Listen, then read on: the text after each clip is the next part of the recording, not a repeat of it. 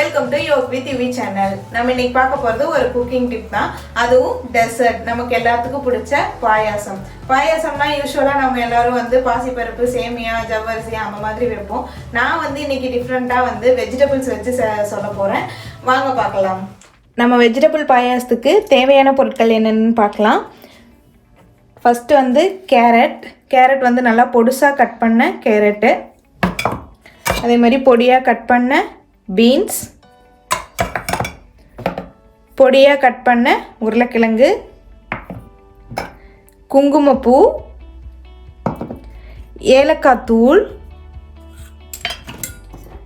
பாதாம் நல்லா ஊற வச்சுட்டு தோல் நீக்கிட்டு அரைச்சி வச்சுருக்கேன் ஒரு 50 கிராமு.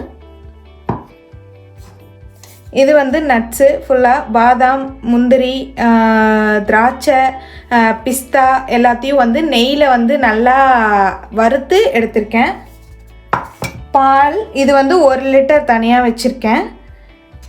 இன்னும் கொஞ்சம் நமக்கு பால் தேவை, அதுக்காக நான் இங்கே இன்னும் கொஞ்சம் பால் வச்சுருக்கேன். இனிப்புக்கு தகுந்தவாறு சர்க்கரை. வாங்க இப்போ எப்படி செய்யலான்னு பார்க்கலாம். ஒரு பேன் எடுத்து வச்சுருங்க. அதில் வந்து இப்போ 1 டம்ளர் தண்ணி அப்படின்னா அளந்து ஊற்றிக்கோங்க. 1 டம்ளர்.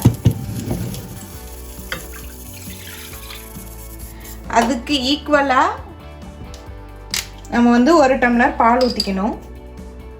எந்த அளவில் எடுக்கிறோமோ அதே அளவு பால் ஊற்றணும். தண்ணி எவ்வளவோ அதே அளவு பால். ரெண்டையும் மிக்ஸ் பண்ணி ஊற்றிடலாம். நல்லா ஒரு கொதி வரட்டும். பார்த்திங்கன்னா பால் நல்லா கொதி வந்துருச்சு. ஒரு கொதி வந்தோடனே ஃபஸ்ட்டு வந்து நம்ம கெட்டியாக இருக்கிறத கேரட் தான் ஃபஸ்ட்டு நான் சேர்க்குறேன்.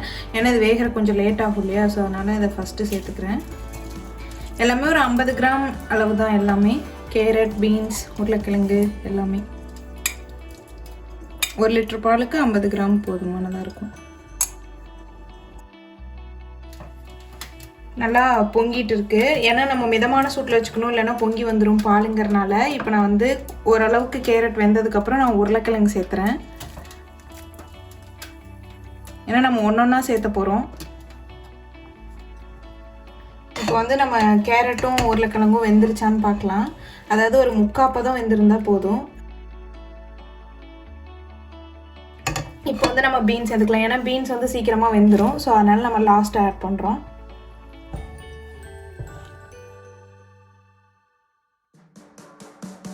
நான் பேரலாக பீன்ஸு இதெல்லாம் வெந்துட்டுருக்கிறதுலையே நான் வந்து பேரலாக இப்போ என்ன பண்ண போகிறேன்னா, பால் வந்து சுண்டை காய்ச்சணும். அதுக்கு வந்து நல்லா சுத்தமான பாத்திரமாக எடுத்துக்கோங்க. அப்போ தான் வந்து உங்களுக்கு அதாவது பால் வந்து வெடிக்காது. ஸோ அதனால் நீங்கள் முன்னாடியே நல்லா கழுவுன பாத்திரமாக எடுத்துக்கோங்க. இப்போ நான் 1/2 லிட்டர் பால் ஊற்றுறேன். ஏன்னா ஃபஸ்ட்டு நான் வந்து 1/2 லிட்டர் தான் ஊற்றுறேன். ஏன்னா அது சுண்டை காய்ச்சணும். அதனால் ஃபஸ்ட்டு ஒரு 1/2 லிட்டருக்கு ஊற்றிடுறேன். நல்லா சுண்டட்டும். அதுக்கப்புறம் மீதி 1/2 லிட்டர் சேர்த்துக்கலாம்.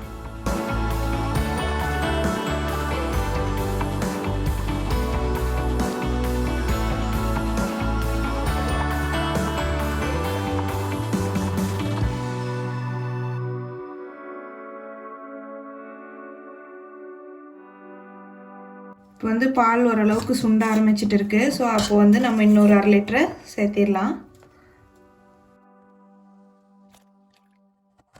இப்போ நல்லா கொதி வந்துட்டு இருக்கு. இப்போ நம்ம வந்து குங்குமப்பூ ஆட் பண்ணிக்கலாம். குங்குமப்பூ வந்து நல்லா கையில் இப்படி வச்சுட்டு நல்லா தேய்ச்சி போடுங்க. ஏன்னா அப்போ தான் வந்து நல்லா கலர் கொடுக்கும். அந்த சூடு நம்ம கையோட சூடு வரும்போது தான் நல்ல கலர் கொடுக்கும். ஸோ அதனால் நல்லா தேய்ச்சிட்டு குங்குமப்பூ ஆட் பண்ணிக்கலாம். 1 டேபிள் ஸ்பூன் அளவு தான் சேர்த்துறேன்.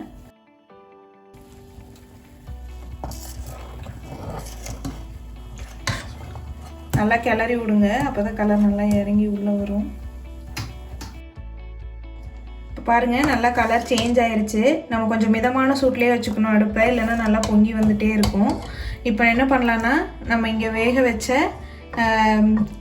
வெஜிடபிள்ஸ் எல்லாத்தையும் நல்லா ஓரளவு கொஞ்சம் தண்ணி இருந்தால் ஒன்றும் பிரச்சனை இல்லை. பட் ரொம்ப தண்ணி ஆகிடக்கூடாது இல்லையா, ஸோ அதுக்காக ஃபில்டர் பண்ணி எடுத்து போட்டுக்கலாம்.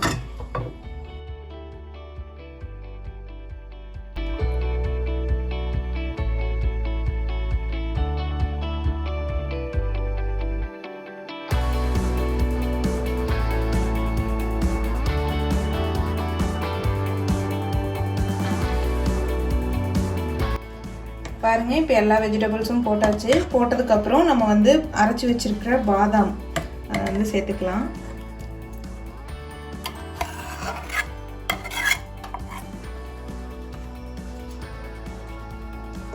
ஒரு 2 minutes வெயிட் பண்ணுவோம்.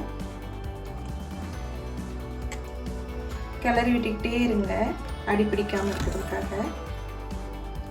இப்போ வந்து ஏலக்காய் சேர்த்துக்கலாம். ஏலக்காய் வந்து நல்லா பொடியாக அரைச்சி வச்சுக்கோங்க. நல்லா ஒரு பிஞ்ச் இல்லை ஒரு டேபிள் ஸ்பூன் அளவு நம்ம நல்லா சேர்த்துக்கலாம். நல்லா தூவி விடுங்க.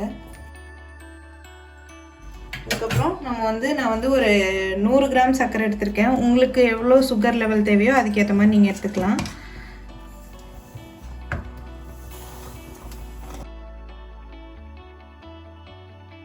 இதுக்கப்புறம் நல்லா கிளறி விட்டுகிட்டே இருக்கணும். ஒரு 2 minutes கிளறினா போதும். 2 minutes ஆயிடுச்சு. நல்லா பாயாச கன்சிஸ்டன்சிக்கு வந்துடுச்சு. ஏன்னா ரொம்ப கெட்டியாக விட்டோம் அப்படின்னா அது ஒரு மாதிரி நல்லா கெட்டியாயிடும் கொஞ்சம் நேரம் வச்சுருந்து சாப்பிட்றப்போ. ஸோ அதனால் கொஞ்சம் நல்லா பாயாசம் கன்சிஸ்டன்சிக்கு இருக்கும்போதே நம்ம அடுப்பு ஆஃப் பண்ணிடலாம். அடுப்பு ஆஃப் பண்ணிவிட்டு நம்ம வந்து நெய்யில் வறுத்து வச்சுருக்கிற பாதாம், பிஸ்தா, முந்திரி, திராட்சை இது எல்லாத்தையும் வந்து நம்ம வந்து கலந்து விட்டுடலாம்.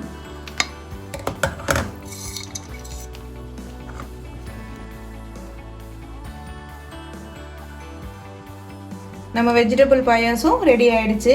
நம்ம இப்போ டேஸ்ட் பண்ணி பார்த்துடலாம்.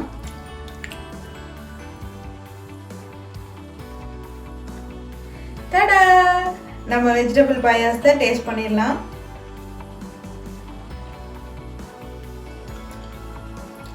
நிஜமாலுமே சூப்பராக இருக்குங்க. நீங்களும் உங்கள் வீட்டில் ட்ரை பண்ணி பாருங்கள். ட்ரை பண்ணிவிட்டு எனக்கு கமெண்ட் பண்ணுங்கள் எப்படி இருந்துச்சு அப்படின்னு சொல்லிட்டு. Please do support and subscribe. Thank you for watching. Bye bye.